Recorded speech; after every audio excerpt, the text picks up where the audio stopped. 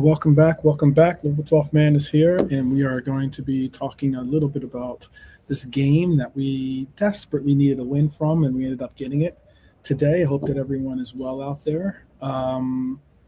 This was certainly a release of maybe anxiety that was drawing up over this game because it wasn't an easy game. And anything anything else from it not being a win would have been certainly a disappointment, to be honest with you. Everything this team has been through, the performances, the pressure, the noise, Liverpool needed that result today. 3-1, got goals, got moments, some energy, some low moments as well, some moments that we're going to talk about, or at least I'm going to talk about. Hopefully I have a panel to join me. If not, then it's your part to do the chiming in, because I'm sure that you will. And, there's always a but with this team, you know what I mean? So BUT, with this team. So right now it didn't feel clean. It didn't feel controlled at times, and it may have come at a price considering we saw Mohamed Salah go down with an injury. But I guess while we're celebrating, we got a debut hero at Anfield. We got like I said, big goals from obviously our number 9, and maybe a step closer to Champions League football is what we're witnessing right now. So we're also sitting here asking, did we just watch the potential final chapter of Mohamed Salah at Anfield? That is a numbing thought, to be honest with you. But let's just start the show off right and get into some of what went down.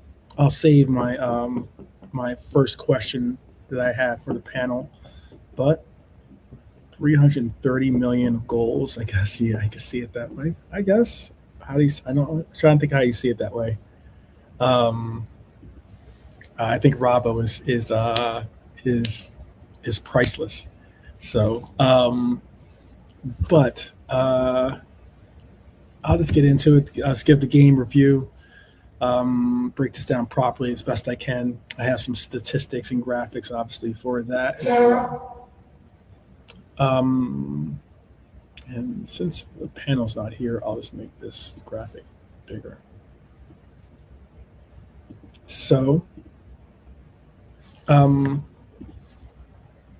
Liverpool didn't come flying out of the gates. Let's just be honest with you. This has been a notorious problem for us this season. It's been like the first 20, 25 minutes of this game were flat. They were sometimes slow, disconnected. There were times when we just didn't look like we wanted to really put some effort into it. Look, like I predicted a 4-0 victory, and in the beginning of the game, I was like, there's no way we're getting to 4. Absolutely no way we're getting to 4. You could tell the crowd was getting a little restless. It's a weird energy at Anfield right now. I'd love to know what you guys think about it, because it's a weird energy. They showed Billy Hogan in the stands. At the 13th minute is when they did the fan protest, where they all held up the yellow card caution.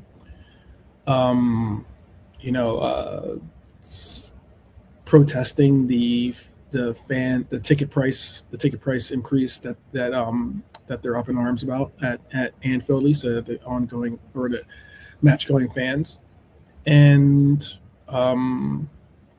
it's weird because like there's no banners, there's no flags in the Cop End, there's nothing, it's a little bit, I don't want to say dry, but it's weird because you have this protest energy going on, and then the 20th minute, we have obviously the remembrance for Jota, our fallen number 20, And then, the game somewhat picks up a little bit after that, but the energy is weird.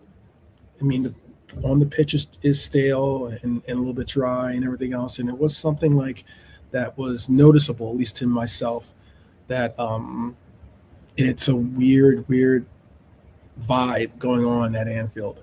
Normally it's a very boastful, conjovial type atmosphere, and you have segments where it's really flatlined, but all the same,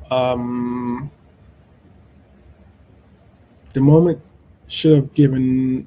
I think the moment that changed everything for us was when we had the opportunity to get a penalty. Now, I don't have an issue with it not being a penalty. I don't know if you thought it was a stone cold penalty. I'll tell you this much though: it is just another occurrence of us getting a rare penalty called for our favor, because we rarely get penalties called in our favor. You can look that up. Actually, it's very rare that we get penalties. I think we're one of the lowest of the big six. We're one of the lowest in getting penalties, but it was another one where we get it overturned, and overturned by VAR. That could have killed momentum, but instead it maybe sparked a little bit of life in us. Obviously, the breakthrough moment was Alexander Isak. He controlled a scuffed ball by McAllister. He turns it perfectly for great touch, by the way. Finishes with composure. That's the striker that we need. Now, that ball wasn't necessarily intended for that was supposed to be a shot by McAllister. I get that. He still gets credit for the assist, but I mean, that was supposed to be a shot. But it ends up being a fantastic finish, and that's what we want to see from our striker. I know that that's something that we all want to see for our strikers, and the finish wasn't. I think what's weird about it. If he had made really good contact with it, if he had made like proper contact, I think the goalkeeper's saving it. But because he kind of like hit the ball into the ground and it like did a weird bounce and it kind of like jumped over the outstretched arms of the goalkeeper, I think that made the difference for that. Palace responded, though. We're going to talk about this a little bit later, but Palace responded. And what I mean by Palace responded is the portion of the game that shifted for me was when, Freddie Woodman, shout out to Freddie Woodman, by the way, saves from Mateta. He had to save a couple of saves. He made another save after that. And then he started a counter. And that counter resulted in Curtis Jones giving the assist on to Robbo for I'll tell you the truth, that looked more like a striker goal than Isak's goal. But well done from a player that's often does not hit the target, and with his shots at least. And all of a sudden, we're up to nothing. We're up to nothing. Game should be done and dusted, and then that's where the narrative flips. We go into this hibernation mode. We go into this zone where we just start passing the ball backwards, start passing the ball sideways, and rather than press and push forward and keep the pedal to the metal, we do the slot ball. And Woodman gets injured, making another fantastic save, by the way. Palace score while he's down, which was very unsportsmanlike. Let me say this, that was Bush League. I get that you play to the whistle. I understand that. But out of all the players on the pitch, quite possibly the one player that is the most protected when he goes down with an injury is the goalkeeper. And yes, the referee probably could have done something there by stopping play. Because it did look like a serious injury. It did look like a serious injury at the time. And the Crystal Palace player, Munoz, could have done more by kicking the ball out of bounds. It wasn't like they were in the middle of some dynamic build-up play. He saw an opportunity to take advantage of the goalkeeper that looked to possibly have hurt himself. And what it looked like to me initially was that he might have pulled his hamstring or maybe even did something by getting his cleat stuck in the turf. He might have even hurt his knee. And that was scary. It was intense. And now all of a sudden we're up 2-1, but it's a very fragile lead. Very fragile lead. But then I will give you this. Florian Wirtz, great setup, like I said in my chat. Great throw-in from Joey. Let's not get it twisted. Joe Gomez. Initially, Florian Wirtz was going to throw that ball in. To be honest with you, which is kind of funny. But Joe Gomez got the got the opportunity to do the long throw in. It ends up going to McAllister's holding off his man. He traps the ball down to Wirtz, who just absolutely hammers in that goal. Game over.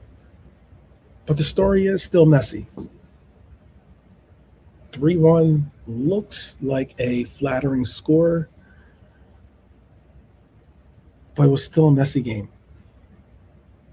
Mohamed Salah off of the injury.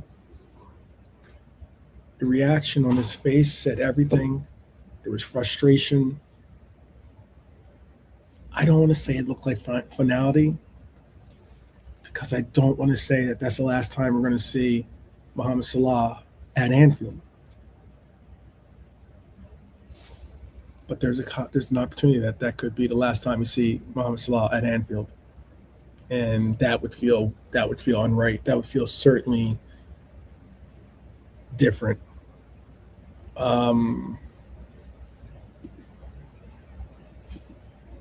Southampton 1-0 right now. Shout out to Trunon with the score updates.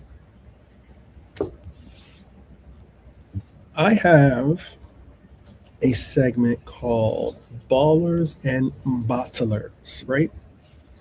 And in the Ballers, for my Ballers, I have definitely Freddie Woodman. This is what a young man gets to do when he's living out his dream. He has big saves. He has big moments. He has some personality on the pitch too. He didn't just play. He certainly said, "I'm here to contribute and do my part." And I have to give him mad props for that. That was big up.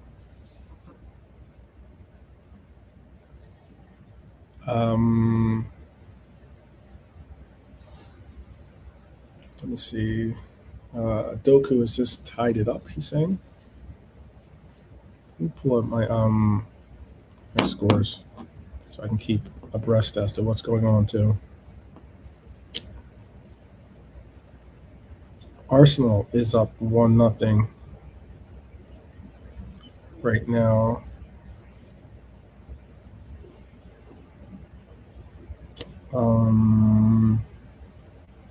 Southampton. He's watching the championship games. They're in the championship. I believe that's what he's updating us on. Let me double check.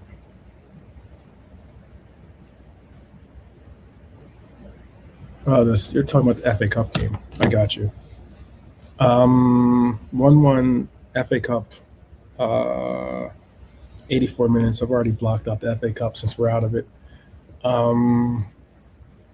It is. I am keeping an eye on that Arsenal game though. 69th minute. It is 1-0. They had an early goal in that game from Eze, from Kai Havertz. A little bit of back and forth in that game. But let's see if I can put that on. Put that on the background. So I had again. I had Freddie Woodman as one of my ballers for this game. The other baller I had in this game was he was low key balling out. I'll say it like that. Simply because he was putting in the connections that ended up getting us important goals, and that was Alexi McAllister. He had a quiet start. He controlled a lot of certain portions of the game. He had 2 assists. He certainly was a tempo setter, and he obviously had influence in the game. Those are my 2 ballers. My bottler has to be Daniel Munoz. Let's call it what it is. His goal was shameless. Technically, it's allowed. Obviously, it is. But emotionally, I don't think he's winning any friends on the pitch with that. Watching the goalkeeper struggle to get to his feet, you're easily like 25 yards out from the side. Nice shot, but all the same, really, really poor sportsmanship, I think, by Munoz. But then again, Munoz is that type of player. I don't really think that he's I'm not really a fan of his style or his play, and he was certainly a little bit of a pain in the butt in this game. But it is what it is.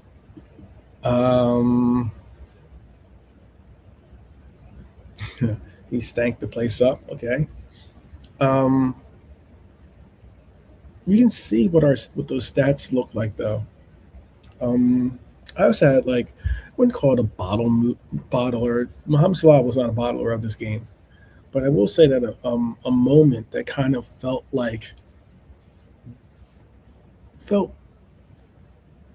disappointing was that Salah didn't get a proper send off, and we had to watch him go down the tunnel at halftime, before halftime actually, with an injury. He tried to give as much as he could back to the fans before leaving, but it was the sheer fact that it felt like bittersweet to see him leave the way he did. Definitely a brutal way to exit for a legend. Let me see. City's up 2-1. That quick.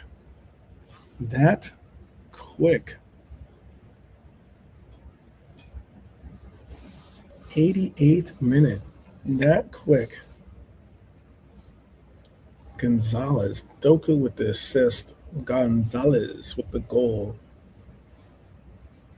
A little bit of a lost name in there. Reinders. Reinders is for City is spoken on being someone that's going to be leaving at the end of the year for City. So it's kind of interesting. He got the assist, and that he's even playing in this important game that pushed him on to the semifinal. What's crazy about this is that, what's wild about this? Before I even continue on with the conversation about the game, if City is to go on and win against Southampton, and then go on to play in the final um, against either Chelsea or Leeds, they will have possibly the opportunity to not only get double by winning that trophy, but if they go on to win the league, they could possibly do a domestic treble in a rebuild. Yeah, in a rebuild season, Trudon. That is crazy. That is crazy. Shows you the level of City, and it shows you the importance of figuring out what this verdict is going to be. You know what I mean? Like the court verdict. It's weird because, like, I'm trying to think if there was a team. I'm going blank on the name of the team, but they just got a 2 point deduction in they're in the EFL, but they got a 2 point deduction. They ended up going down to the relegation. Now they're 6 points clear of the relegation zone because they had to fight their way out of it.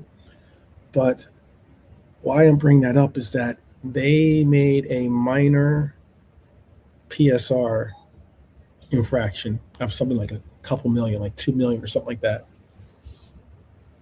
And their verdict and judgment and their punishment was immediate. 2024 is when the 115, it's actually 130, but the 115 case got a verdict handed down. And yet we are still sitting here today wondering what is going to be the outcome of that case. It is absolutely wild that's the situation. Absolutely wild. And it's actually really, really poor for the for Premier League to be, hand tied to clubs like that, where they have more power than the actual league does, which is kind of scary. Um, well, I almost said Lee. I think Lee is on one tonight. Um, Trudon says, to be honest, he's getting tired of City winning everything as much as we dislike the Arsenal fan base. I get that. I get that. I understand that. I think the reason why it's a little bit easier to kind of not care as much or put as much time and interest into the hatred towards City or the rivalry, the banter towards City is primarily because City, their fan base is so small. Despite they've got inflated numbers, they're like that person that buys fans, buys subscribers or something like that, you know.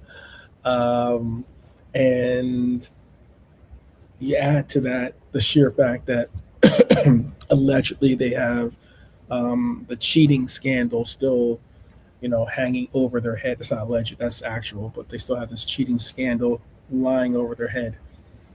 And Arsenal fans are just so prevalent, like as they're so boisterous and loud on the internet that there's no avoiding Arsenal.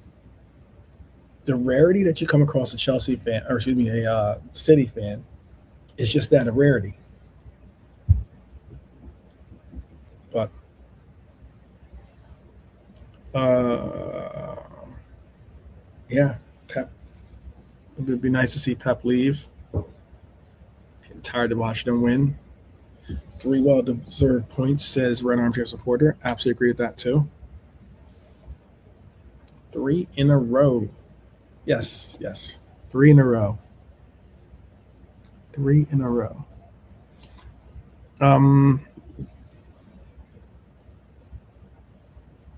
Should have been. It could have been. And should have been a clean sheet too. Unfortunately, it's not. Still 1-0, like I said earlier, in this Arsenal Newcastle game. Let me see. I can put that on in the background too.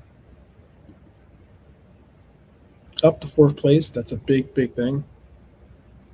Big thing. Let's see, 1 second.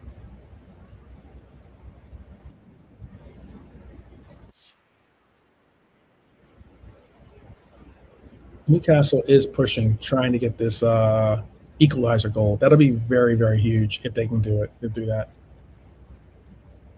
Huge, huge.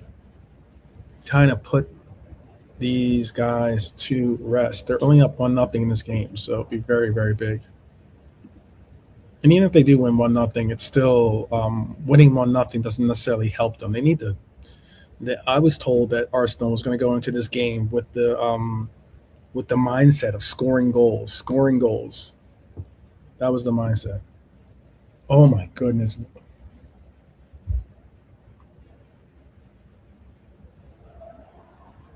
Newcastle almost scored. And they should have scored. He's on sides. He's on sides. Risa just absolutely flails at it. He didn't have to even do that. Just hit the target. Just hit the target. Mm-mm-mm. Look at me acting like a Geordie all of a sudden.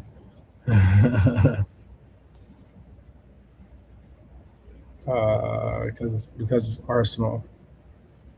Um, you're right about Gordon. He is injured currently. I think he's got an injured hip, is what he has. Arsenal might haram ball their way to the title. Yeah, maybe so. Maybe so. I think this right here is important for Arsenal. Saka has just been subbed on. He's not had a good year this year. Hasn't really been able to really contribute the way that he likes to normally contribute, and he certainly hasn't been available the way he needs to be available for his team. But he's got the ball to his feet now. Just got a corner out of it. So I'll keep you guys abreast of what's going on in the background with that game. But if you do look at these stats, again, you wouldn't think that we did well in this game, to be honest with you. Nearly 53 to 47% possession, but it still felt like Crystal Palace had a lot more dangerous possession. They had more shots than us. They had over twice the number of shots on goal. Um, they had a lot of shots off target. 2/3 of our shots off target. Uh, the yellow card was a yellow card. I don't know what Graf was doing in that opportunity that he had.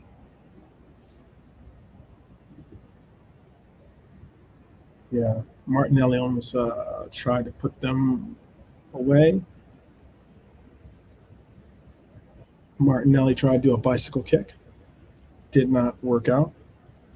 Um, Corners were in Crystal Palace favor. Fouls were even.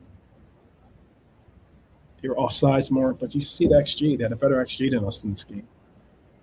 I'll ask you guys what were your feelings about this game? What were your feelings about this game?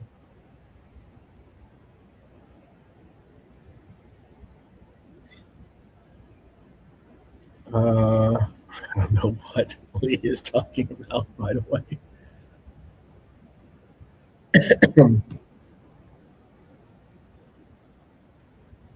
um, that's a final, by the way. Manchester City are now into the FA Cup final. Manchester City have now moved on to the FA Cup final for 2-1.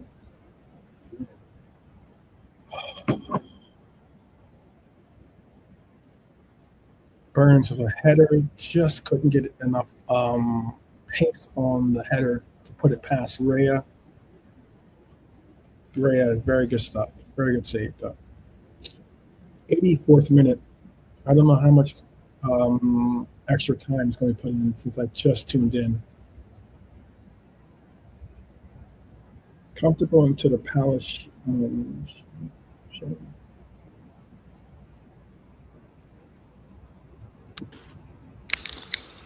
JK. Bless up, bro. There you go. How are you? I'm good, bro. It's been a good day. Yeah. Feeling like Ice Cube, right? Mm-hmm. It was a good day. Today was a good day. Good result, you know what I mean? Played okay. Not great, but got the result. That was the main thing today. Yeah, agreed. And also, that matters. That's it. And also, like, earlier on, Punjab played T20 in the Premier League there, and they got the highest ever run chase ever in any game of T20 cricket in the whole world ever. Like 262 was the target, and they did it. No, 263 was the target, and they did it. Like, you don't. That's just unbelievable batting, bro. And soon as they won that earlier before the Liverpool match, and I knew when they won that, I said Liverpool are winning today. I went with the 3-0, but it was 3-1, and that goal was dodgy anyway. Ben White trying to get a card, trying to get an easy call on the box after he was lightly pushed, jostling for position now in this corner kick.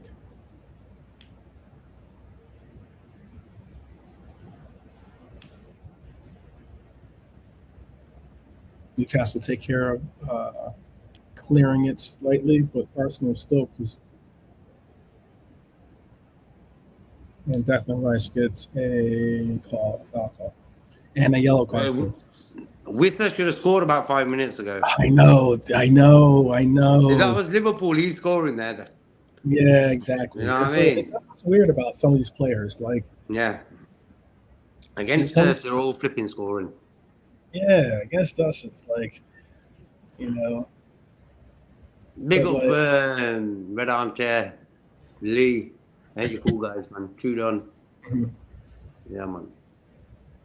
Hope everyone's cool. So, since you're with me on the show, I'll ask you this, because this was supposed to be the first question I was going to ask, but I didn't get to it. I was just about to go into the ratings. But what was your feel-good moment of this game? There was two. Okay. If I had to choose out the two, I would probably go with Isak scoring. Oh, okay. Yeah. Okay. So happy for him. Why? Yeah. Why was that your feel-good moment? Bro, look, there's us. Since that Tottenham goal, it was been bad news concerning him. He's out. He ain't going to come back this season. Ekatike is all down to you now. Blah, blah, blah. And then it's weird. Ekatike is injured, and Isak's come in, and he scored today. He was just great for him to score a goal for Liverpool. Very important for his confidence. The way he took it was sound. All in all, sound. I'm happy. Got more involved today on that. For him just scoring, same as Red Armchair, bro. Me and you think alike anyway, Red Armchair. It's been a tough season for him, for sure. So for me, that was a great moment. That plus Wirtz getting the third. I wish he got it 10 minutes earlier or 15 minutes earlier, but him getting the third, beautiful goal, he needed a goal as well. So him and Wirtz, like him and Isak are the two guys I said pre-game, I'd love for them to get a goal today. He struck that, and as soon as he struck it, he knew it was coming in. Yeah. Same as the Isak goal. As soon as Isak got the ball and controlled it, I knew he was scoring. Same as Wirtz. As soon as he got it, I knew he was scoring it. And that's what he can do, bro. Wirtz done some touches in the game today. He does it so easily, but for me, the way he does it in a game, it's like unbelievable self-control, and he's a top little player, Wirtz. What I like about Wirtz is he'll keep the game flowing and the ball flowing. You know, I think if the players got nearer him, he'd be a better player. But all in all, he's a go-in-betweener. He likes to gel things together, and Yeah, and it was good to see Curtis get a crossing from the right today. It was the only cross of the game, I think. That was a good field moment. I'm thinking, you know what? I need more of them. More of them. Get them balls in the box for Isak. Yeah. What was your good field move? What was your good fielding move? I think, you know what? That might have been a handball. Yeah. It looked like it hit Gabriel's hand for a second. I would have said that it was Woodman, actually. I think there's so much pressure on Woodman right now. And he made some Allison-esque type saves today. Yeah, you know what? Yeah. Like, the sheer fact that he is our third string goalie, is, playing like he, being there for years. Yeah.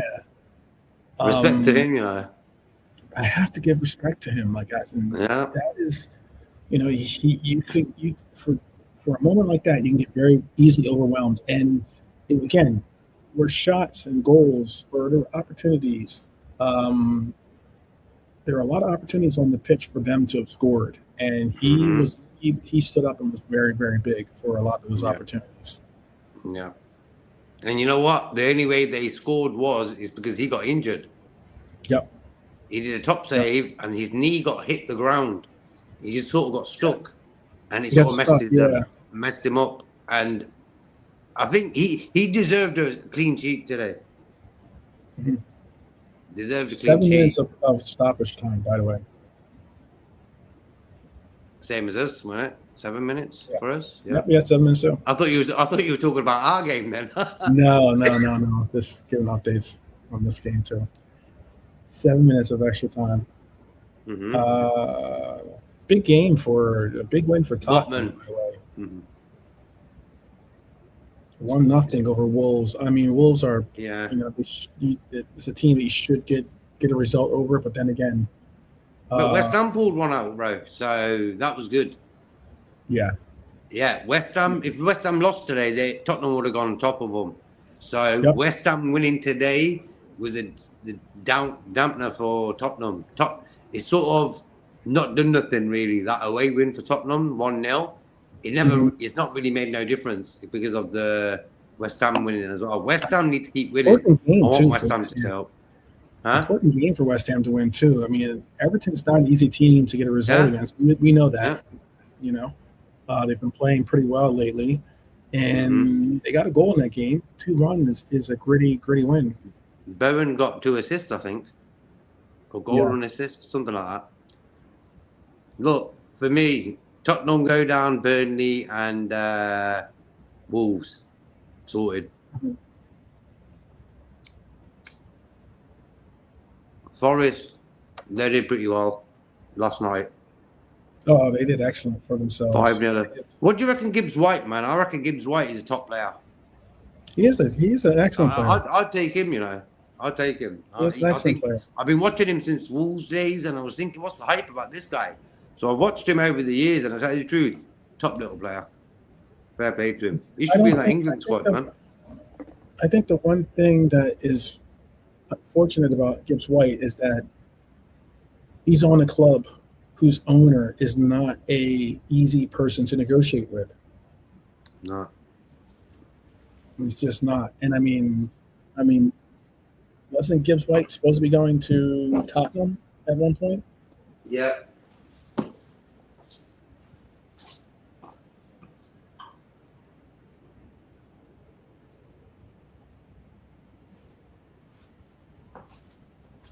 Wow. That could have been foul, but wasn't called. Pins and needles is what you want.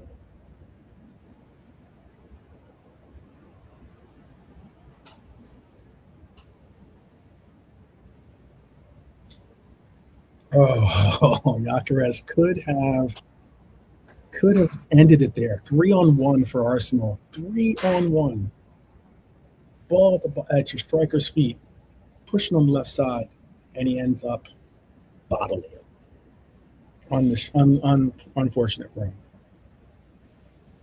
Unfortunate.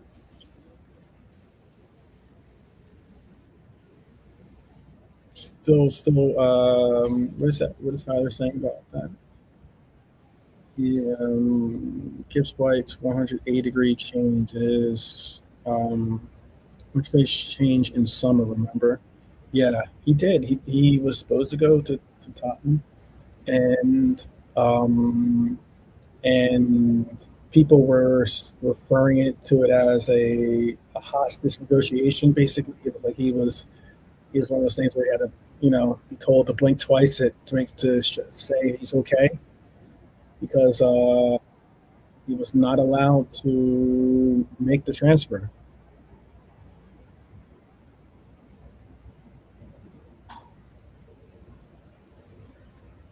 One nothing still. 95th minute. 7 minutes of extra time. Yeah, I think they're going to nick it 1-0. Yeah. Well, that just gives City's next game win and get more goals. Really. Yeah, that's what I said. As in, they put a lineup in that was supposed to be a goal-scoring lineup. But at the end of the day, Arteta's probably thinking, let me get the points on the board. Look, City against Burnley the other day, City should have scored at least 5. At least. They didn't. They got the 1. And at the end of the day, what you're going to take, a 0-0 or a 1-0? You're going to take the 1-0, ain't you? So you just take the 3 points. You take the win, however you can get it. Yeah. I mean, and again, Newcastle this year has been absolutely woeful. It's incredible. Eddie Howe still has his job. Yeah, Newcastle have been pretty poor. They've been very poor. They're not going to get Champions League, and they're going to end up having to possibly see one of their big names, either Tonali, Bruno G, maybe Gordon. One of them might have to be sold. Yeah. They've got a good squad, and they've got good home form. It's away from home they're not, because at home they've got the fans, and they're good. But at the end of the day, you've seen how they behaved over the Isak thing. Oh no, the whole. So I'm not losing any sleep over them messing up. The whole way that I have there's no love lost for Newcastle. The way that their season has gone, considering this is the same team that was wishing injury. There were some people that were happy to see Isak get injured. I'm like, that's pretty low budget. You know what I mean? That's pretty low budget. I think Arsenal's going to get away with this right now. It's just they might get away with this. This is the last opportunity. This is the game right here. 97th minute. No spoilers if anyone's ahead of me. 97th minute. Is there a corner or something? No, they have a free kick outside about like 35, 40 yards outside. It's outside the goal. Newcastle, yeah? Newcastle, yes. Go on then. If it was Arsenal, be done. Yeah. Burn the big donkey. We got the goalkeeper up for this one. Oh God, Pope. They need the Pope. Yeah. Burn the big donkey back post now. Go on. Oh, they do it for everyone. Oh my gosh, I can't stand Arteta, man. Yeah, he's just annoying, ain't he, bro? It's just so annoying. Yeah. When you look at people like him and Martinez, Martinez, the Portugal manager, you're thinking, how the hell did this guy get a meeting with Liverpool? Martinez, come on, man. I wish we all tried hard. Why didn't we all try harder at football, man? When people like him and fucking Arteta again, like Arteta, come on, he ain't no bloody top player. He was a donkey. He played for Arsenal, yeah, great. Donkey at Everton, donkey at Rangers, just a donkey, and he's like, this guy thinks he's top market. Oh my god! I think if you believe your own hype, you get away with it. No, absolutely. He's over there. Simple as. Fist pumping. They've gone. Newcastle are poor, but they could be good if. Look at the lineup today. Yeah, all like Willock, Ramsey, and all them boys. Manchester City have to go to Everton. It's not going to be easy. They'll beat Everton. I realised Everton after the last 2 games lost to us, lost to West Ham. Man City will deal with them. Yeah. And I was worried a few weeks ago about Everton game for them. None of us want Arsenal to win it, so whoever City are playing, we all want them to win. I wonder who do United fans want? United fans must want Arsenal to win it. Arsenal? No, they want Arsenal. They want Arsenal, yeah, thinking that. Which is weird. They're the only ones, really. I understand that it is City. I mean, like it is their crosstown rival. Manchester City. I understand it is their rival, but I mean, I think that I would have thought that there's more of a contentious element between teams being Arsenal and Manchester United, considering during the 90s, especially Manchester United and Arsenal were 2 of the teams that kind of duked it out. You know? Yeah, they had a big rivalry. Yeah, they had a very big rivalry. I mean, it's like us. If we want Everton to win it or Arsenal, mm-hmm. You know what I mean? Who would you want, bro? Everton or Arsenal to win it? I'll probably say Everton. Oh yeah. You know what I mean? Like we can't stand Arsenal. I can't stand Arsenal. It's wild. They're up there with United, bro. They're on level pegging for me. I don't know. It's a good question. I don't know if I would want. It'd be weird. I'll ask the chat as well. Let us know if Everton were in the City's I'll make it a poll. I'll make it a poll for you. Make it a poll. I'd love to know that. Let's see if I can. Look, we won 3 Premier League games in a row now. Praise the Lord. When's the open top bus parade? Fair play to Robbo as well. Yeah, Robbo's come in the team the last few games, and we've needed him. Even Salah, I think Salah started the game off pretty well. Got injured. Bit of a damp now, that one. Hopefully he'll be all right to get a few more games in. We've got a week's rest until that United game, so hopefully he'll keep fit for that. But Salah was at the races as well today. I think we can use the strikers a bit more. I think Isak was a bit time isolated. Could have done with a bit more interacting with him a bit more, the midfielders. Okay. I'll put that in there. Here it is for you. Nice. Yeah. Tell us who you think. What would be your vote? Press 1 if you would. And I say settle. Notice the word settle, because you don't want either one of the teams to win. Yeah. If you had to settle on one of the teams winning, it was Arsenal and Everton going for the title, which is very unlikely to ever happen. But it's Arsenal and Everton going for the title. Who would you be okay, or who would you back? Who would you back? 1 for Arsenal, 2 for Everton. Sorry, just put a 1 in the chat or put a 2 in the chat.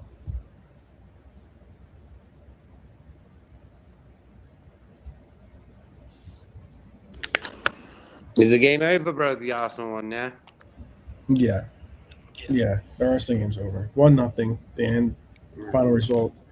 So results today: 1-0. Villa did us a favor by beating Villa. 1-0. West Ham 2-1 over Everton. Wolves came up short against Tottenham at home. And Arsenal win 1-0. we were the big goal scorer today in goals. 3-1 was our goal score, our goal tally. 3-1.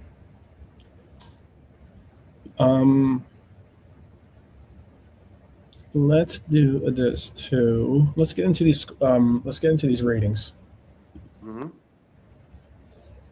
To start it off, goalkeeper. Obviously, I gave. I think it was a very heroic performance by Woodman. He absolutely saved the game, to tell you the truth, because there were a couple goals that should have been goals. The only goal they scored on was a goal that, he got injured, like you said, and had no opportunity, no real chance to defend. But other than that, everything else, there were a couple of opportunities that absolutely should have been goals, like the Mateta goal, shot where he came out and he made himself big and was able to block the shot. That was an absolutely fantastic save. I gave him a 9 out of 10. I'll give him a 9 today. What do you want to give Woodman? I'm gonna go with a 9 as well, bro. What a first a sort of start of the game for Liverpool. What a he was up for it, bro. He was focused. Mm-hmm. He's been thinking about it all week, and that's what you call a top pro, bro. In all them months we always had him on the bench. I said, this guy's never going to get a game for Liverpool, bro. He's number 1 right now. So big up to him, man. Yeah, very, very big, very big.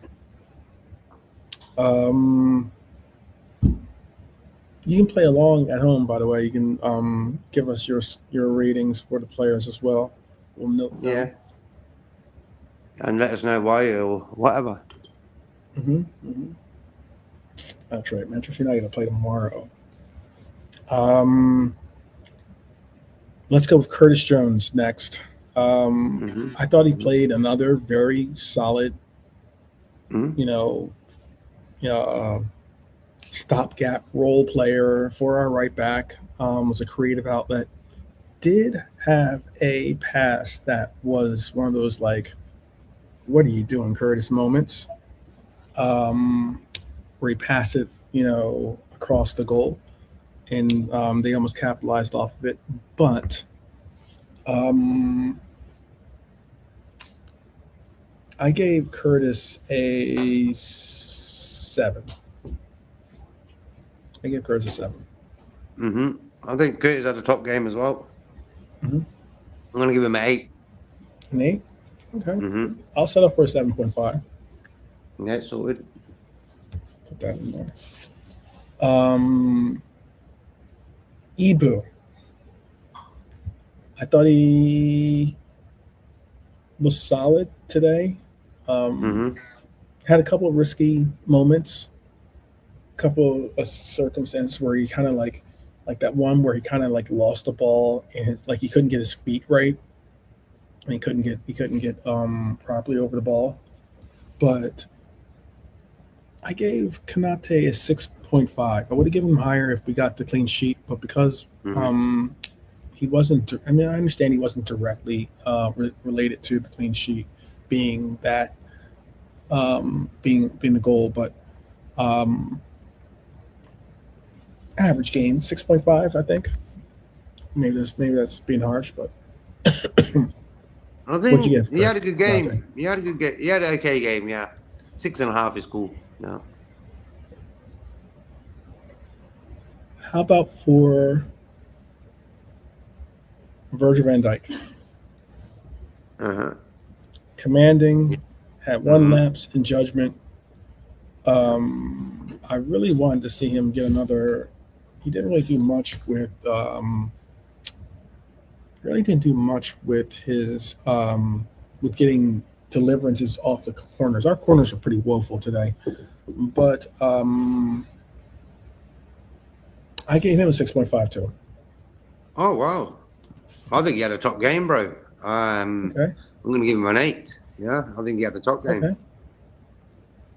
He did some things. Benefit of doubt. Okay, how about a 7.5? How about that? Cool.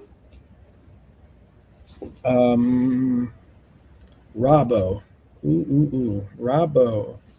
I thought Robbo was energetic.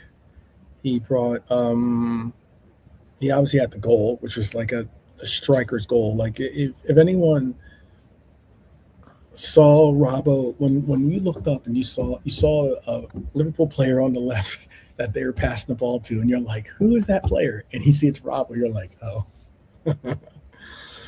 Okay. But that goal was on point. That goal was definitely on point. Yeah. I gave Robbo if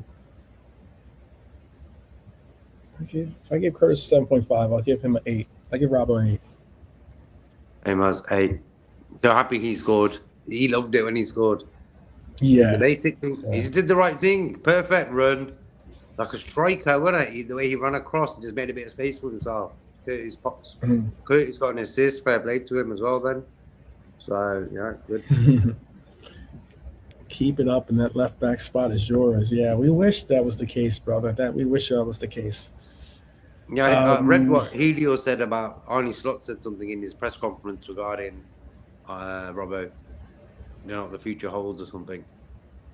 Oh, I didn't hear that. I didn't hear what he said.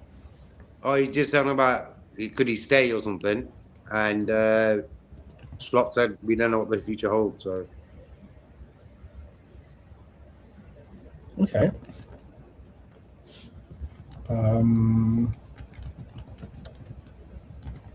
Let's bring up Slot's post-match comments.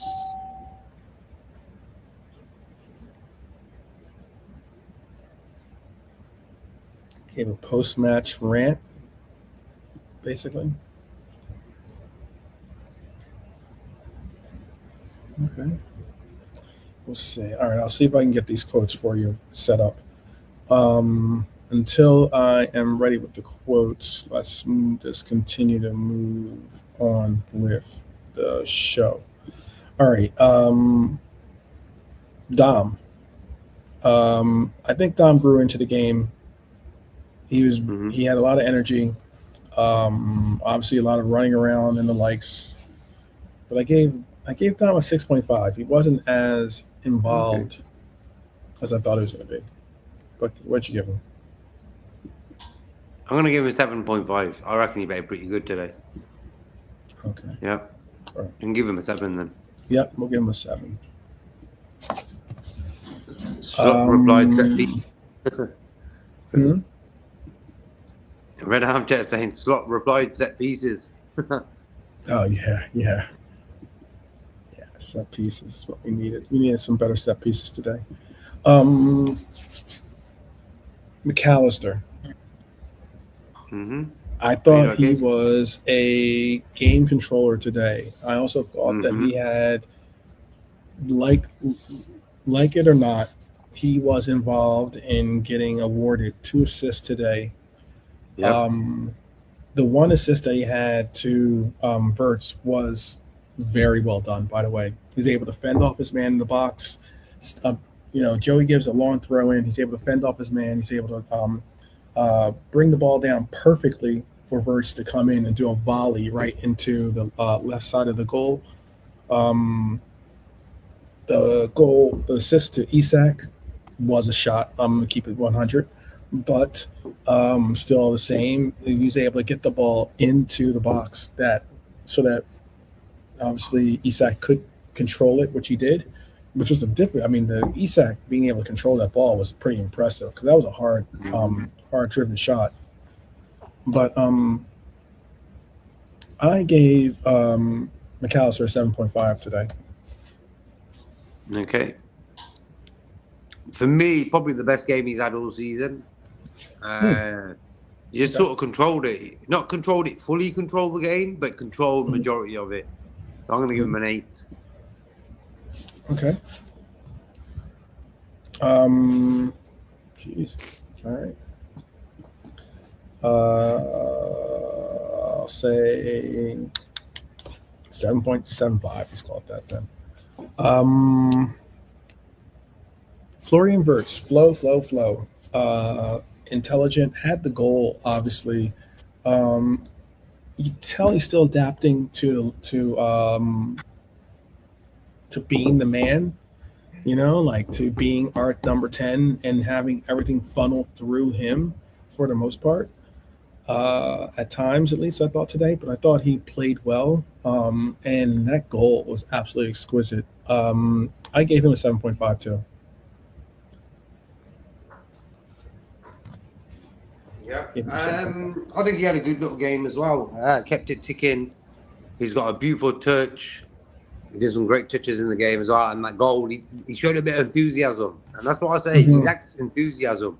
If he showed enthusiasm, he could be the best player in the Premier League, bro. This guy. His touch is amazing. His vision, he keeps it ticking. He's probably one of the best at it. Where he gets the ball, passes it on, and blah, blah, blah. So, and with that goal, I'm going to give him an 8. He can improve on that 8. He can get 9, whatever. But I want to see more from him. You know what? I'll give him a 7.5. Yeah. 7.5? Okay. Yeah. Okay. Let's move on to Mohamed Salah. Only played pretty much 45 minutes, but what'd you give Mohamed Salah? I gave him a 6. I thought he was energetic. He had a couple of really good runs. It's a shame because like you can still see that what used to be pretty much a given. If he had the ball, he could probably take on his defender and get past him with the pace and pass them through with the dribbling. Crystal Palace player played him well today. Can't remember. Played well that guy. But he played him well today. I gave Salah a 6.5 today. I'm going to give him a 7, but I think he would have scored if he stayed on. Possibly. I mean, he had opportunities, though. He had opportunities. He definitely had some of his own opportunities. All right. So you said what was the rating you gave him? 7, yeah. 7. Okay. I'm just trying to get these quotes in the background done. Let's get them all on here.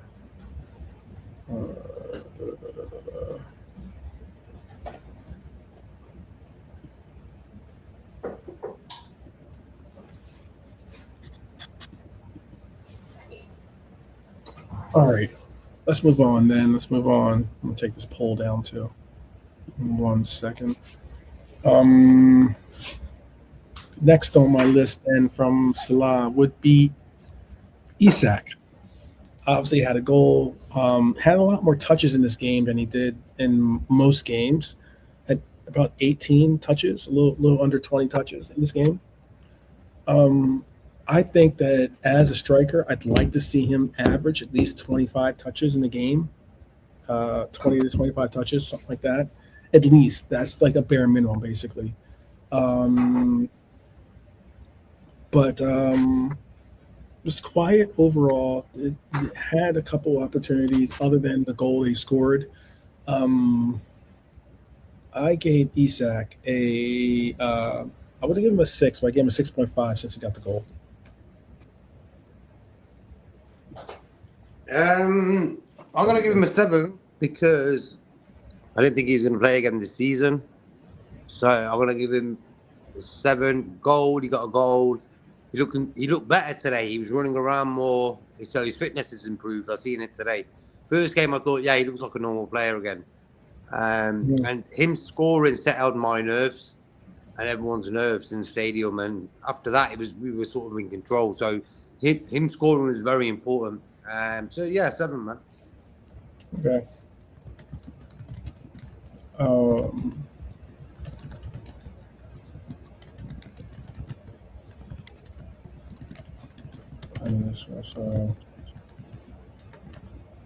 Do this. 6 point. So it's a 6.75. I'll give him. Cody Gakpo.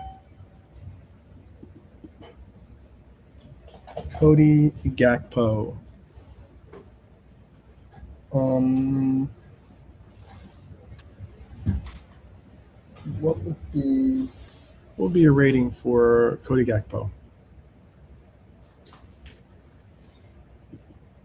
I had Cody at a I had Cody at a 6 today. His I'll give him impact a came 7. late. Okay. I just felt he battled all game. He was battling. He was running. He was getting stuck in. I'm gonna give him a 7, bro. Okay. Yeah, but yeah, exactly that as well. What Hilo will say. We've got to look at the service of our strikers. That's the only bad part of Gakpo's game, but that's the main part of his game. It should be to give service to the number 9. So that's the only down point I could say of Gakpo's game today. Not enough. Let me get the ball. Not Let me enough for thread you? it through. Not enough for me in that way. But defensively, yeah, sound. He did his work. You know what I mean? So I'll give him a 7. Okay.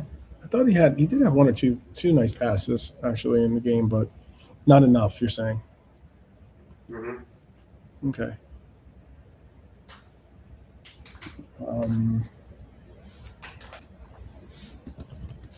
Let's see. All right. Next up. Subs. Jeremy Frimpong did come on with energy. Definitely was an energetic energy bringer. You can't knock him for the energy and pace that he brings to the game. I do wish he had more link up play, I guess you could say, or ability, sometimes a little bit more better ability to get the ball into our strikers, just as you were speaking on. I mean, when you saw Salah go off the pitch, so therefore you know that with Frimpong in the game, you're probably not going to get the types of shots, if not the assurance of the shots being from Frimpong that you were from Salah. So if they're not going to bring the quality of shots that Salah brings in, then you hope that he can at least make up that difference in the quality of passes he's going to make or the crosses he's going to make in the game. But I just gave him a solid 6 today. I liked his energy when he came on the game. We needed him actually. He was a bit different to Salah, of course, but he was getting involved, and that's what we needed around that time. He was getting stuck in and stuff. So I'll give him a 6.5. 6.5. Okay. I guess 6.25 is what we're going with.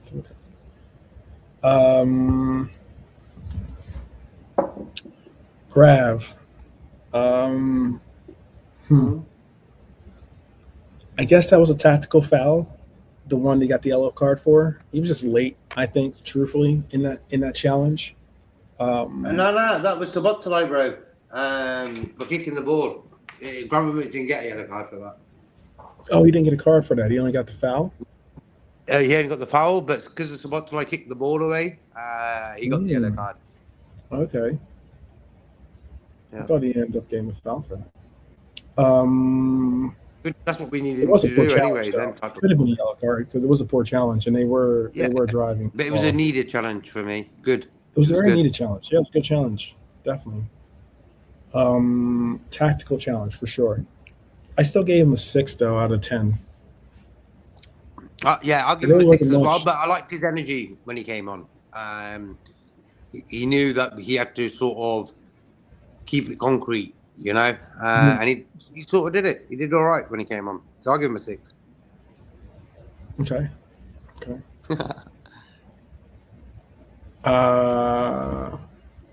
Yeah, Kirkez. I guess we. No, fair play. Kirkez, he made a mistake, but he sort of cleaned it up after. I love Kirkez's energy. He don't give a damn. That guy is going to jump in hot water for you, man. Yeah, I didn't put Kirkez on or Gomez on here only because they got in at the 87th minute, so they lucked out on getting a rating from me simply because Gomez was cool.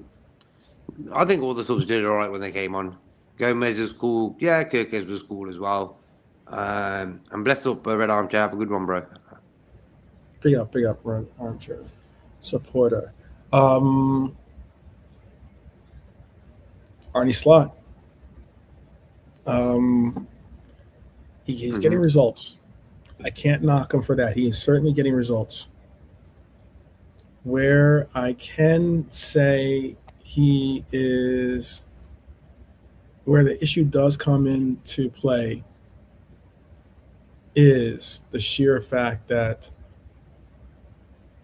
the play, the performances, the slow transitions, the 2-0.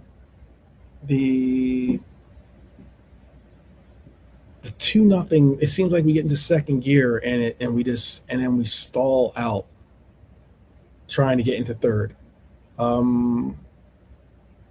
That's my issue with Arne Slot. The style of play that he produces or presents for our club is just frustrating. And it was another one of those situations again today. Obviously, with the XG, we shouldn't have won this game if you look at just the XG. But it's higher. You go further than just that. 3-1 certainly is a flattering score, but I don't think that this result is a necessarily 3-1. Result. It probably should have been 3-0, to tell you the truth, but still all the same. It's still not a.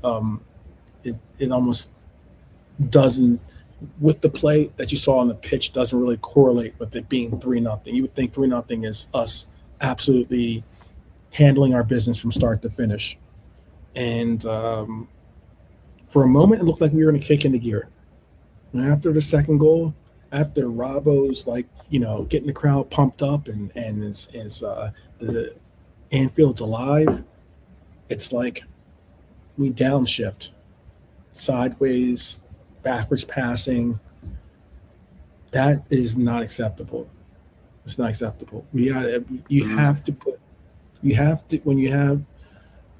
your foot on your opponent's metaphorical throat, you have to keep it there. You cannot allow for them to breathe and get up, because by doing so, that's how they got back into the game with a one little mess up. All of a sudden, it's pins and needles once again. Yeah, we invited them to have a little piece of the pie, and they didn't want to really take it. Or we were just before they were about to take it, we sorted ourselves out and didn't let them have it. So I think, look, Slot in the last few games of the league, games 3 wins in a row, we've looked more like a Liverpool team, even though we haven't been great. When it was 2-0, we should have gone for the third and fourth. They were there for the taking, because third spot could go down to goal difference. So you're 2-0 up, you're on top. Yeah, goalie's made a few saves for us. I think he got it right today. Considering we've lost 3 times to Palace this season, he eventually got it right. He dropped McAllister, dropped Gravenberch, brought in McAllister. McAllister, for me, probably his best game of the season. So that worked well. So that choice he made there, fair play, he got it right there. Robbo starting at left back, I think he made the right choice there again. So you got that right. Isak starting again, he got that right, because Isak looked very fit today. He lasted like 70, 80 minutes, something like that, and he was still running around. So he got it right for me, Arne Slot today. So I'm going to give him 8 today. Oh, wow. I can't overlook the fact of him being. I can't overlook the fact that we're still, like, as in against a team that is able to finish their chances, we will get embarrassed, and we will.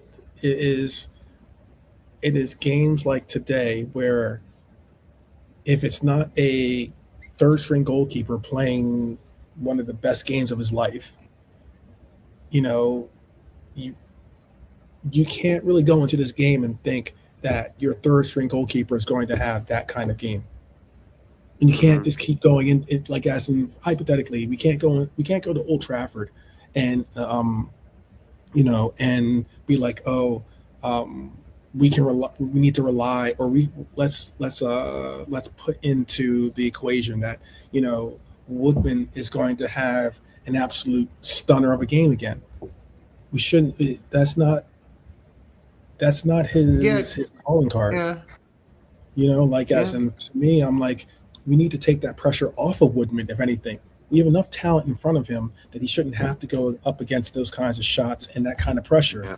We have enough talent in front of us that if we continue to press forward and don't sit on the ball as much as we do, we give the opportunity. I have a segment ready for this stupid thing too, because I was so angry about this that I actually ended up making a segment about it. But I mean, we end up often putting together or giving our opposition a chance to get their senses. It's like a boxer that just knocked down their opponent for an standing 8 count, right? Boxer's back up to his feet. Now, after that standing 8 count, you can go in for the knockout. You should go in for the knockout. But rather than going for the knockout, we're too busy light jabbing, playing rope-a-dope type stuff, hanging out by doing these sideway passes. And I made the joke, and I do mean it. There should be a backwards jar. There should be a backwards pass jar where if you make, after a game, however many backwards passes that you made, you've got to put money into the jar. And that jar at the end of the season, or at the end of the game, end of the season, collectively, that'll all go to the foundation or the charity. And you could end probably. Bro, can you imagine? You could end hunger in England probably with the funds. Can you imagine John Henry there with the little pot? Like runs on. As soon as the back pass is there, he's there on the pitch. He's like straight away. I ain't waiting until after the game. I know what you lot are like. He's like there. As soon as the back pass is there, he's bang. He appears on the pitch somewhere from underground. There you go. Put it in there. £10. Exactly. Ciao. It's just the problem of complacency for me, man. It's a problem. Yeah, like when you watch football and even poker and stuff like that, when you play these games, the main objective is not to bring danger to your table. Mm-hmm. It's as simple as that. When you can master that, you're going to be very successful. And what I noticed about Liverpool is under this manager, we seem to be Father Christmas all year round. Mm-hmm. You haven't scored all season. It's 17th game now. It's the 17th game. You ain't scored all season. Oh, there you go, Liverpool, Father Christmas. There you go. But that's from complacency, I think. I think that's from complacency, because if those players have the ability to get their footing. They have the ability to have space and ability to, at the end of that game, rather than give them something, we had enough. I mean, I understand we scored, but I mean, at the end of the game, the momentum was certainly on Crystal Palace's side. And Crystal Palace had the majority of the possession towards the end of that game. And that shouldn't be the case. If we're a team... You know why, bro? Okay, go ahead. You know why, bro? Because Arne Slot thinks, okay, sometimes you think control can only happen when you've got the ball. But Arne Slot thinks, you know what? We can still control it when they've got the ball. I understand the concept, but it's a dangerous game to play nowadays. No, that's dangerous. That's dangerous. But I understand it, because I realised in this season alone, by the PSG games, the Arsenal game, the Real Madrid game, these sort of games where we've dug deep and we've kept a clean sheet, and we've allowed the opposition to have the ball, but we've nicked the goal, won it 1-0, whatever. And I like the philosophy. I do like it. I was very comfortable today. It was weird. In the last few games, I felt I'm not fearing when the opposition have got the ball like I have been doing a few months ago, say.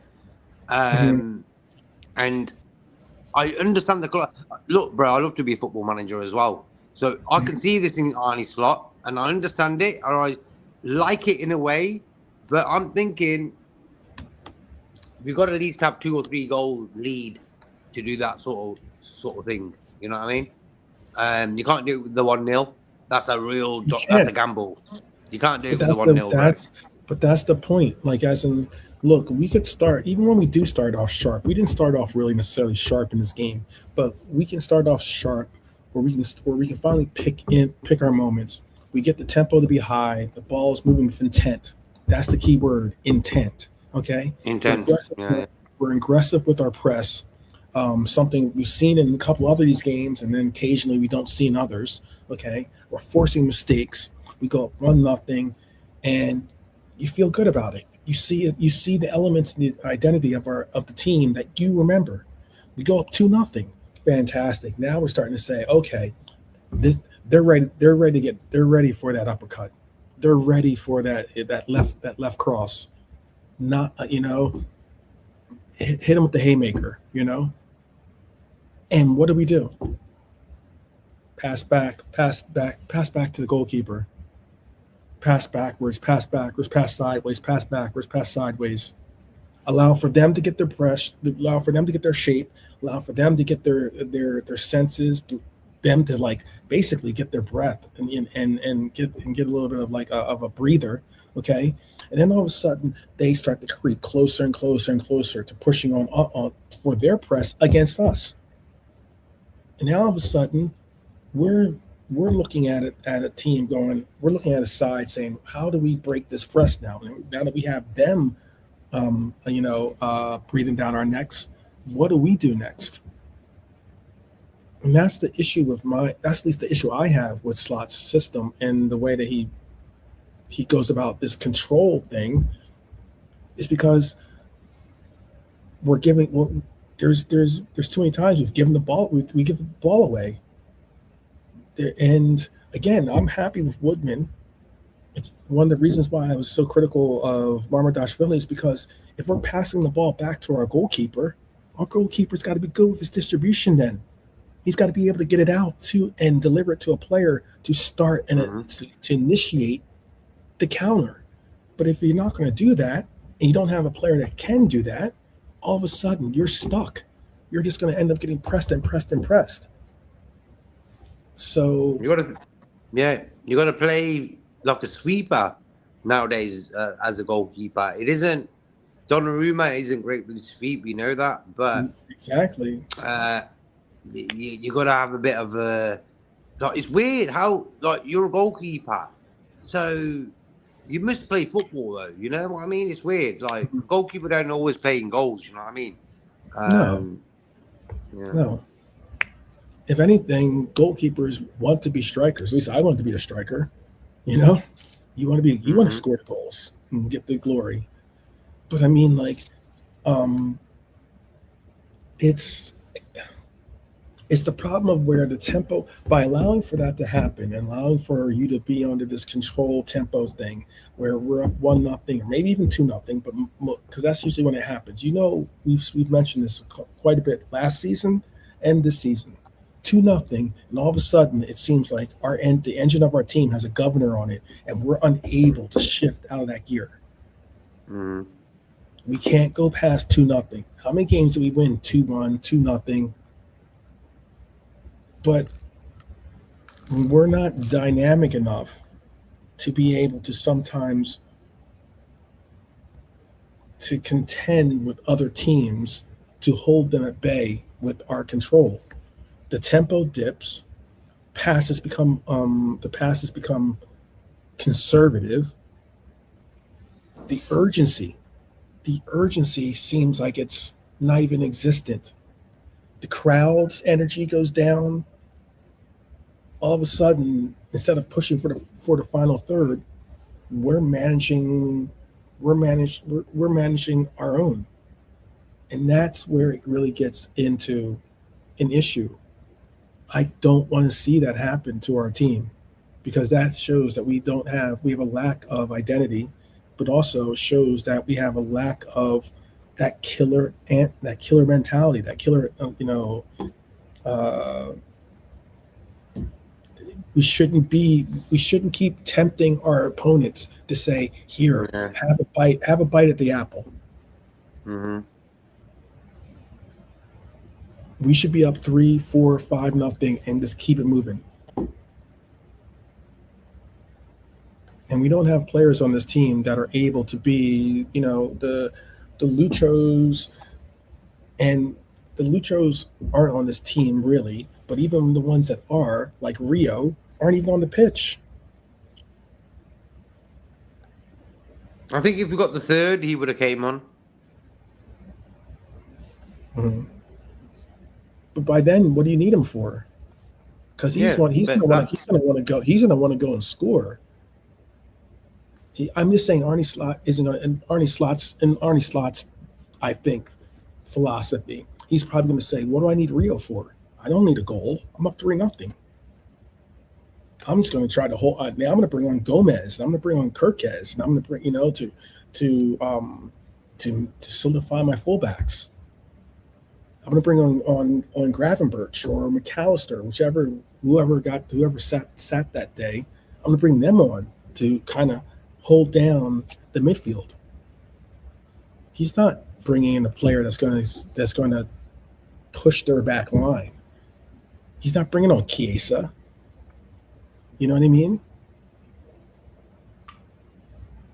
He's not bringing in those players, and that's the fundamental difference in philosophy I have than our own coach. That's why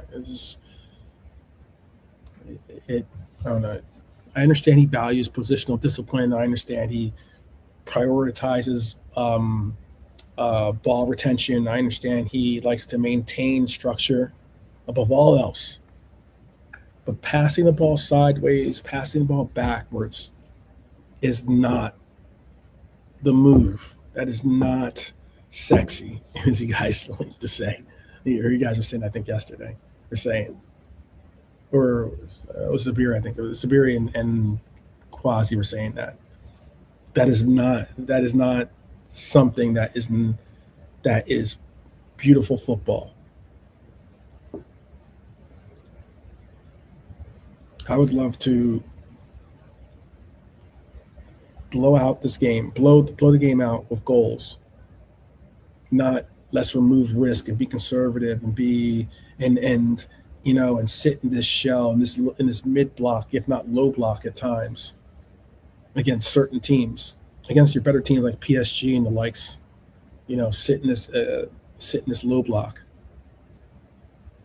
That's not Liverpool football to me. That's being scared. That's scared football.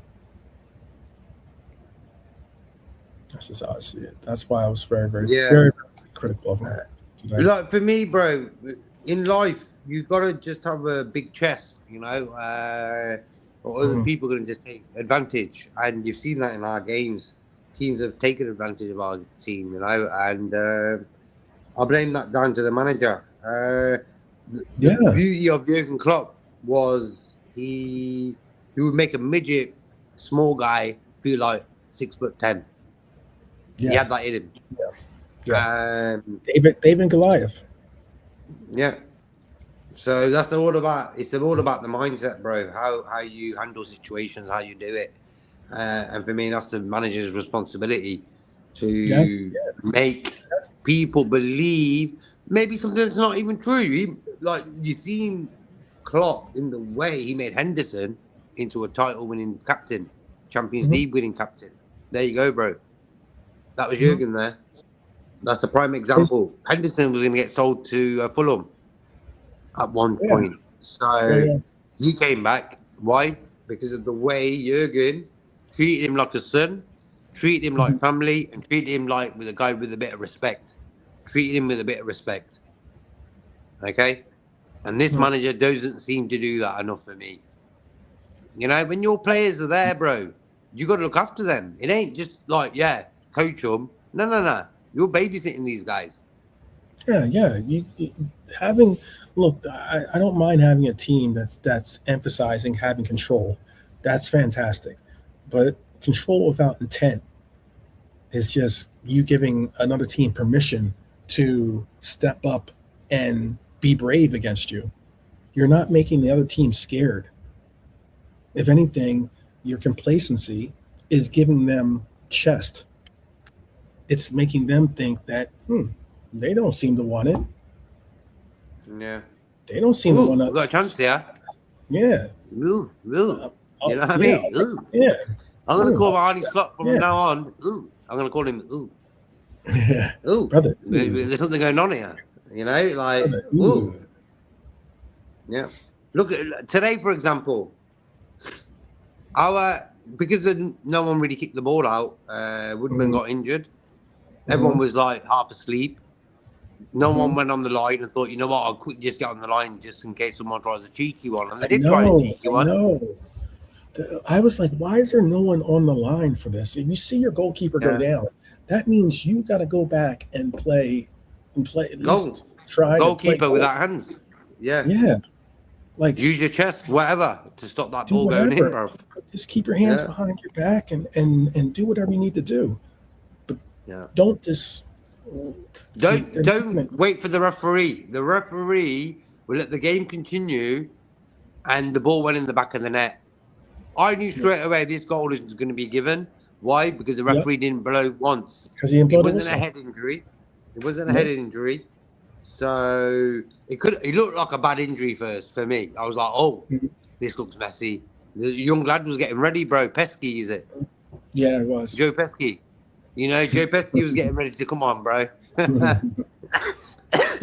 Goodfellas was ready to come on, bro. So it could have been a bit like a little mafia story going on there. So Comedy Central, Pesky coming on for Liverpool, bro. That would have been a classic. I thought, you know what? Come on, lad. Fourth choice.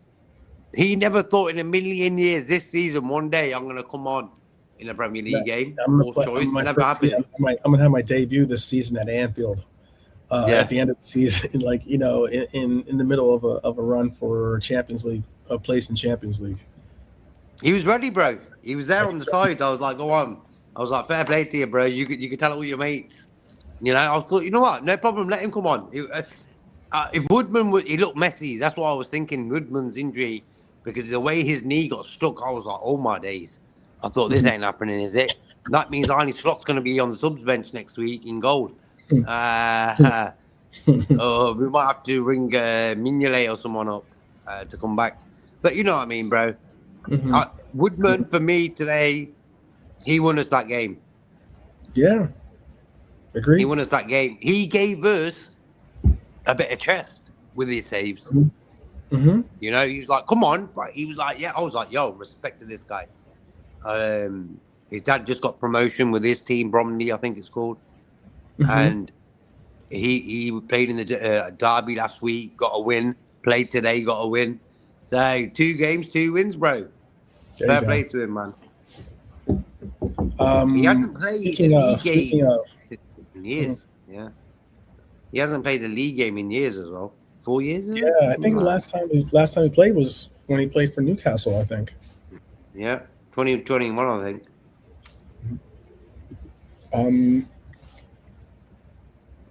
So I have this thing. I did it a little bit differently this time. I didn't do just one player of the game. I said I was going to do like 3 stars.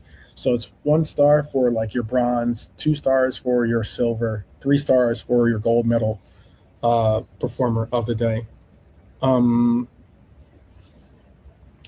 have my 3. Who would be your 3 top performers of the day? That way you can give shouts to more than one person. So 1 star is the best. No, 3 stars is the best. Okay, 3. I'll go from 1 to 3. 1 star. I'm gonna go Virgil van Dijk. Okay. So I reckon he was solid today. He played top. 2 star. I'm gonna go Isak, bro. Okay. When he scored was an important time, settled the game down, and it was just a better feeling. And because he's just come back from injury, 2 star. Then the 3 stars is the goalkeeper, bro. Okay. What a debut! What a start! Absolute crazy debut for him at Anfield. Absolutely crazy. If Mohamed Salah could play in the same art as this guy did, he'll be a top goalkeeper. Mohamed Salah doesn't play football like a footballer. He plays it like a square goalkeeper type of guy. You know, he's like very robotic. Where this guy, he's the type of guy who will use his head to make. And you know, he's very awake and he plays it like a sweeper does. Yeah. So he plays it like a right back, say. And that's what's very important for him. If he's going to play for us, he can do that. He settled me down right away. I had no worries about this guy. Even when the game started, I seen his name. I was like, no problem. He's going to be sound. And he was. So, wow. Yeah, I said the same. I was my, I've been openly constructive. I've offered constructive criticism. I haven't said that Mohamed Salah is he's not a bum. He's not trash. He's not this. He's none of that stuff. Okay, he's a capable goalkeeper. You don't make it to this level if you're not. But I was just saying that what I'd like to see improve is his distribution, his ability to play at his feet and have some real. You could tell he's not comfortable when he goes out. That's why he stays on his line the way he does. He doesn't venture out. He can't be that extra option that you usually got when you had an alley or when you had a Kelleher back there. You know, those guys, you could pass the ball backwards and you knew that the pass going forward would be a relatively accurate pass that could start something, not just some punt, or some long kick that you're just like, okay, that you're just clearing the ball basically, into an area, hoping that it the coin flip lands on your side. Yeah, and what? See, when you watch sports on TV, bro, the way they make it interesting, that it adds excitement, so you don't see the whole picture. It's like when I watched cricket today, the guy took the shot, and what happened? The ball went in the air. What they do, they don't show you a bird's eye view of what's happening. Oh, look, there's a guy there. They give you about 1 second to worry. Is there a guy there? You know what I mean?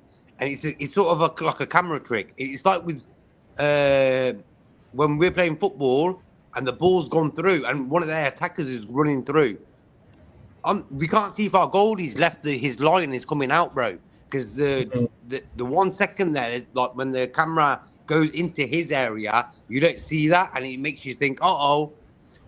And what happened with Mohamed Salah? He just stayed there. He didn't come out. He never ran out, and I was like, that's a big worry. So for me, I'm looking at the coaching. I'm thinking, okay, this is this guy's big worry.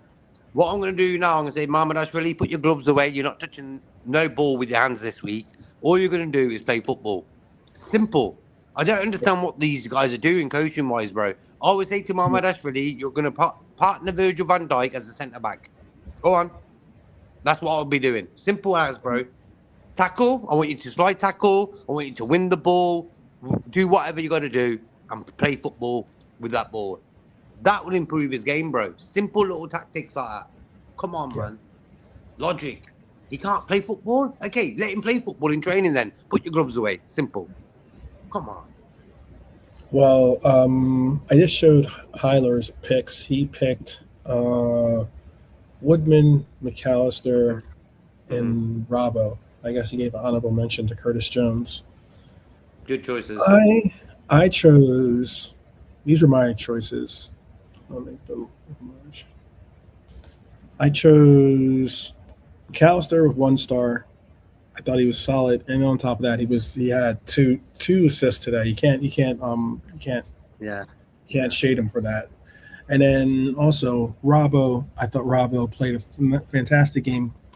He had an absolute striker style finish for that goal he had. I was just so happy for Robbo to have, this could be Robbo's last, performance at Anfield.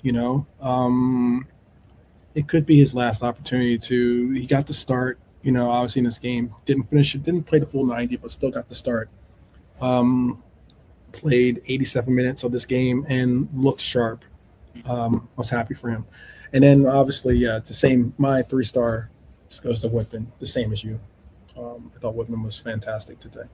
Yeah. Fantastic. He was. And McAllister today gave me Brighton vibes. It was the first game in a long time. He gave me Brighton vibes. It was like he was playing for Brighton, and he played that like that today. I think Hedia, if you agree with me, bro, let me know. But he had that stand. He had this sort of calmness and thing about him today. He was thinking about what he was doing and this, that, and the other and stuff. So yeah, great to see McAllister. Yeah, McAllister should have got on my list. I gave it eyes up because of the goal, bro. I think it was a good confidence booster for him and for us. Stars to give out. They're your stars to give out. So you give them out to whoever you like. Yeah, eyes up. I think it's easier than picking one player. This is like kind of like you get the opportunity to give proper praises to more than one person. So, I do have the quotes. I did read what he had to say. This was definitely a manager basically showing that he was not happy about the referees today. Gamemanship, inconsistency, a lack of accountability, you probably would say, from the referees. Obviously, there were some controversial moments in this game. Andy Madley was the referee of this game. He didn't have to stop the game. Obviously, he didn't have to stop the game, but he didn't. He called the penalty and then he reversed it. I'd like to see referees. I'm not saying that it wasn't. I don't really have a problem with him overturning that call. Last week, different story, but this week, I had a problem with it. Or not last week, against PSG, I had a problem of them overturning it. But in this game, not so much.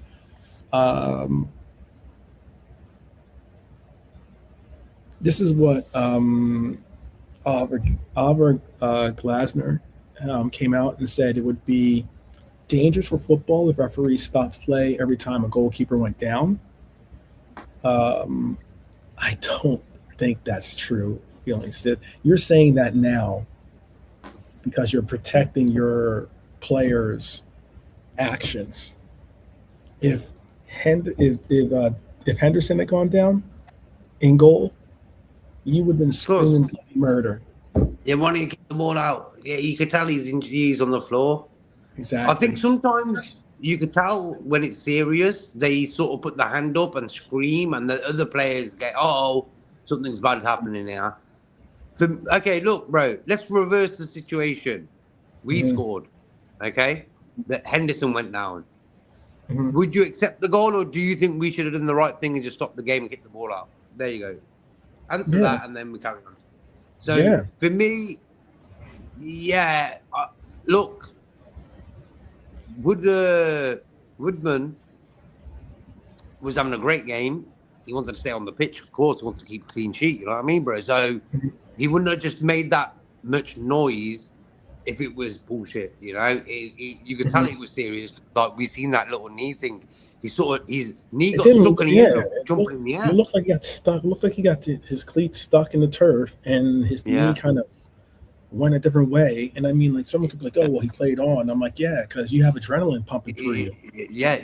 He's like, "I'm going for Liverpool. I have to get up." Yep. Yeah. Sometimes adrenaline can be a crazy drug there, but like, it was one of those cases. Arne Slot had this to say. These are his full quotes. He says, I know that is going to happen because that is what I constantly see in the Premier League or everywhere around the world. Since we know the referee can't stop the game, if there is a head injury, I see a lot of players who get touched elsewhere and then hold their head, and then the referee falls into the trap. That is true. That is so true.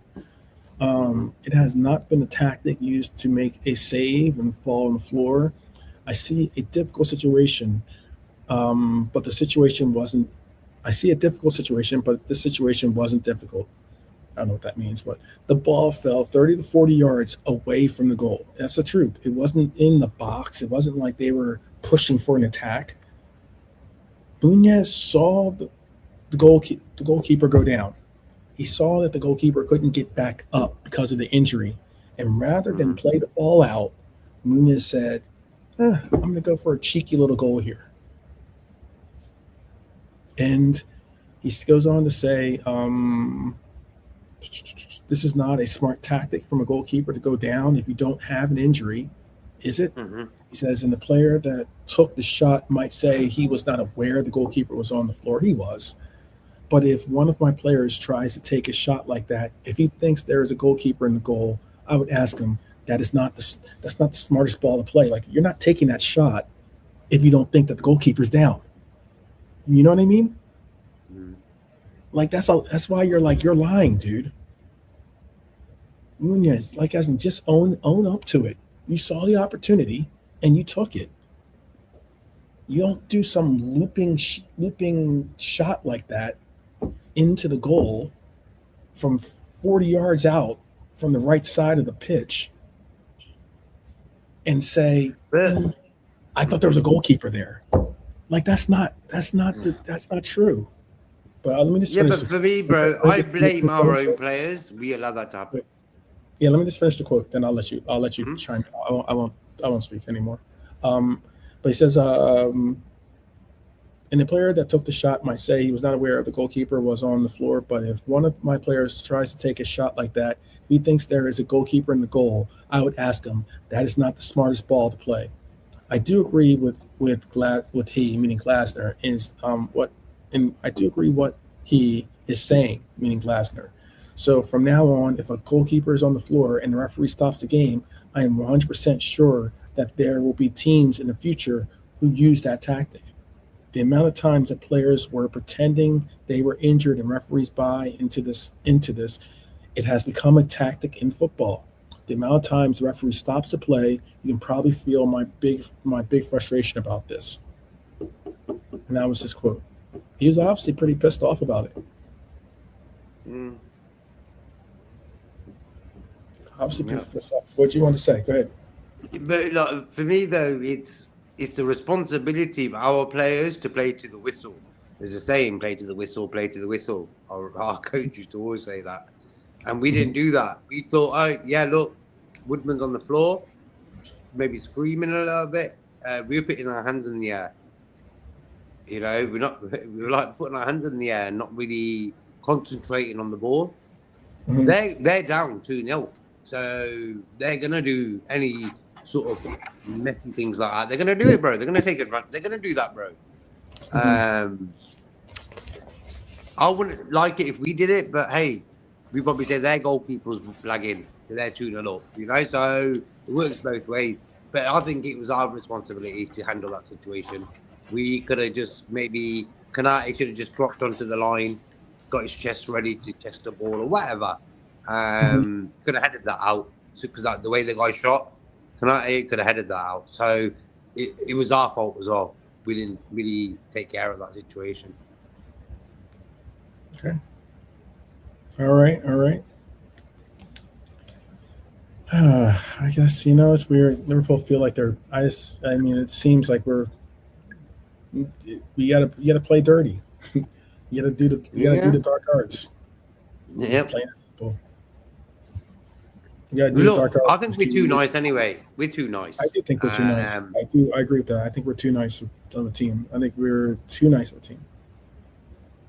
And McAllister brings a bit of grit into the team. You know what I mean? And I think what Wirtz needs to do is to bring that to the table as well. A little bit of that. Like Wirtz has got a cheeky face, if you understand what I mean. He just looks cheeky. You know what I mean? I wish he was a bit more cheeky on the football pitch as well. Like, he's got it in him. He's got a bit of oomph in him. He's got it in him. And that's what I'll be talking to him about. Like, look, bro, bring a bit of grit to your game. Bit of McAllister, what he does, or Rodri, whatever. Just bring a bit of that into your game as well. And then people are going to think twice about challenging you. Why people do... Like, if you keep using the ball, like Wirtz does sometimes, why? Maybe thinking, you know what, we can take him because of his size. So Wirtz needs to get stuck in a bit more and let them know that he's there. You know what I mean? Okay. Let's go with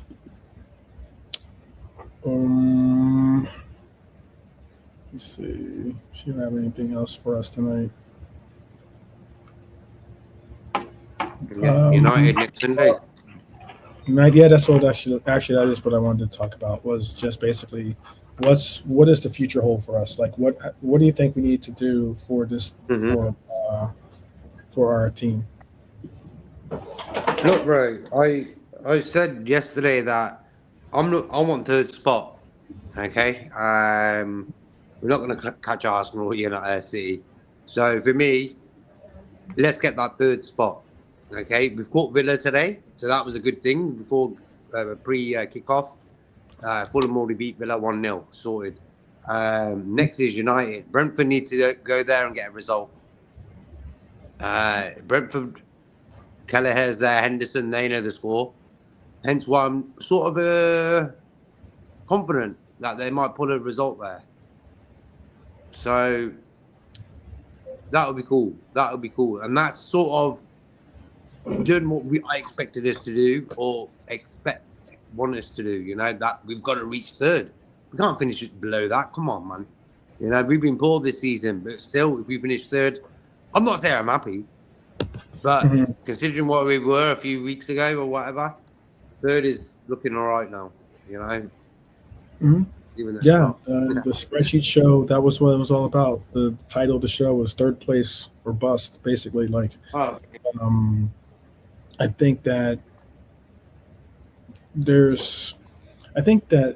despite the fact we're not playing for a trophy, you do have to keep inspiration a part of a team. You gotta take some type of motivation to be a part of a team, to have them play and try to achieve something out of a season. We don't have much to hang our hat on this season, but I'm trying to think what the stat was. I think there's only been 3 teams that have won. There's only been 3 teams, I think, that have won the Premier League title and not finished at least third in the season, the previous or the following season after they won the league. They at least finished third or higher. I think I want to say it's Leicester, Chelsea, and Man United. I know was one of those teams. Roy Keane made the statement because he was talking about like how we're, in his mind, bad champions, and hearing people say that, even somewhat remotely feeling that, is leaves a bad taste in your mouth, like, as in that, it doesn't sit right with you. So I would like to see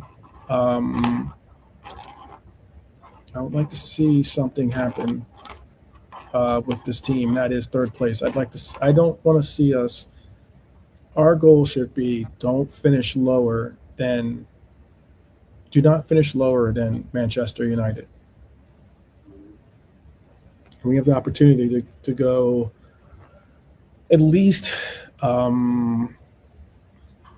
equal on points with them if they win tomorrow, and then we go to toilet and win. We equal on points, or it could be a case where if they lose tomorrow, then we could take those 3 points on Old Toilet and push ourselves into third place, and hopefully not look back, in the sense of just hold on to third place.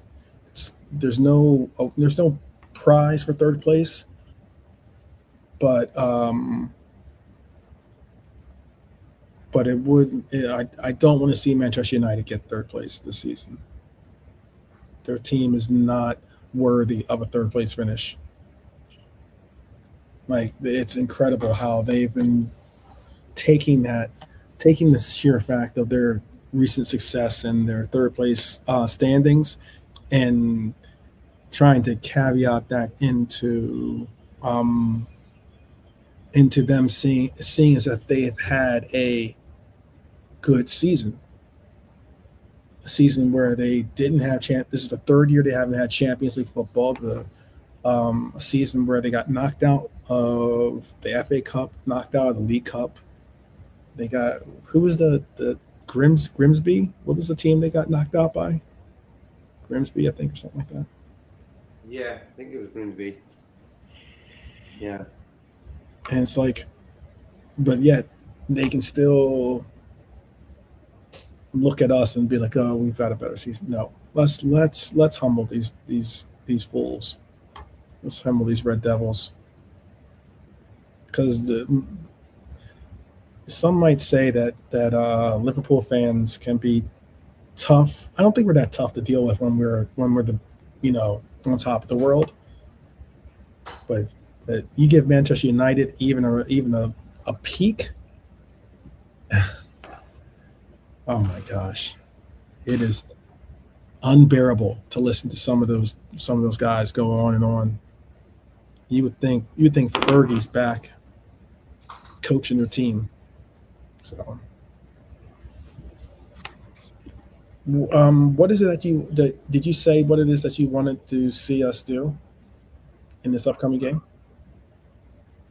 What? United? Against United, yeah. Look, for me, bro, I want a concentrated display. Look, we won 3 games in the Premier League on the bounce. That's 9 points out of 9. Much needed, because at the end of the day, we need Champions League football at Liverpool every season. It's like, come on. See Man United going to Champions League and us not, after we spent like $500 million. That's not great business. Hence why I just felt when I watched Arne Slot's press conference yesterday, in the way he was sort of answering about the here and now and the later sort of thing. Just gave me a bit of anything like, look, if Slot wins every game until the end of the season and he says, okay, ciao, I'll be like, you know what? You won us a Premier League in 2. Sound, ciao. Okay? Against United, we need discipline, because Fernandes and Casemiro are going to be mischievous. The crowd are going to be up for it because they want to finish above us. So There's a big game next week, bro. Hopefully Salah will be fit for that. That's the one thing. Yeah, that'd be big. I want to see him be able to get his final Northwest Derby. Bless up, Pops. That'd be very, very big. Very, very big. Well, we're at the 2-hour mark. We've gotten our players of the game in. We even got a celebrity appearance from Pops in the chat. So, feel blessed about that as well. And we got to win. We got to win. Come hook or come crook, as they say, we got to win.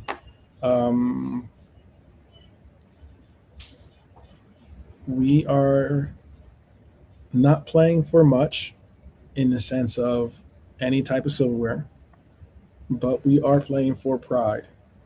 So hopefully this team can recognize that and do their best to go out the right way. That's how I see it. What you want to say before? I do have a moment of zen. So what is your what you want to say before we bounce out? Just it's been a good sports day. All Arne Slot can do for us before he goes is win every game, finish above United, get that 3rd spot, and hopefully we go for someone who's more our type of guy. Good to get a win today anyway. So bless everyone in the chat, as always. A win next week, big. It'll be massive, Pops. Looking forward to it. 3 wins in the Premier League on the bounce. And I think the players have sort of stuck up a little bit in them 3 wins, So fair play to them at last, And we got a win without playing good. Yeah, you're a win without having to Break us with, really. sacrifice our sanity, basically. Yeah. All right, for the moment of Zen for you guys, this is what I had. Moment of Zen, I have. Whoops, wrong button. Sorry about that. Hold on a sec. There you go. For some reason, it's like they make this so difficult to because they hide the button to maximize the image. Mm-hmm. That's for you. She said, take your time. Hold on a second. Let me see if I can. There's no rush. Oof, One hand with a my moment of Zen is this. Let me bring up. Move you up a little bit there. She's like, there's no rush on it. There you go. Financial thing. All right. This is my moment of Zen. My moment of red Zen is Alexander Isak getting a goal. His first goal since returning. And certainly an important goal for a player that has had incredible ups and downs with the first year at this club. But we're hoping that maybe this kicks off, no pun intended, a nice little run for him, because we're going to need him to be Alexander the Great. So that's my moment of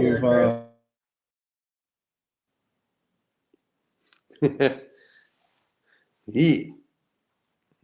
I'm loud, man. There. Yeah.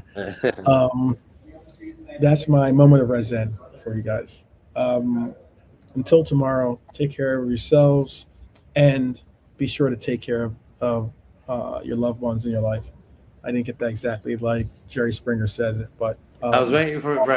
I was waiting for it. But all the Oh, bless same, up, man. yeah. Bless Bless up up, to man. every last one of you, and we'll see you guys tomorrow. Take care.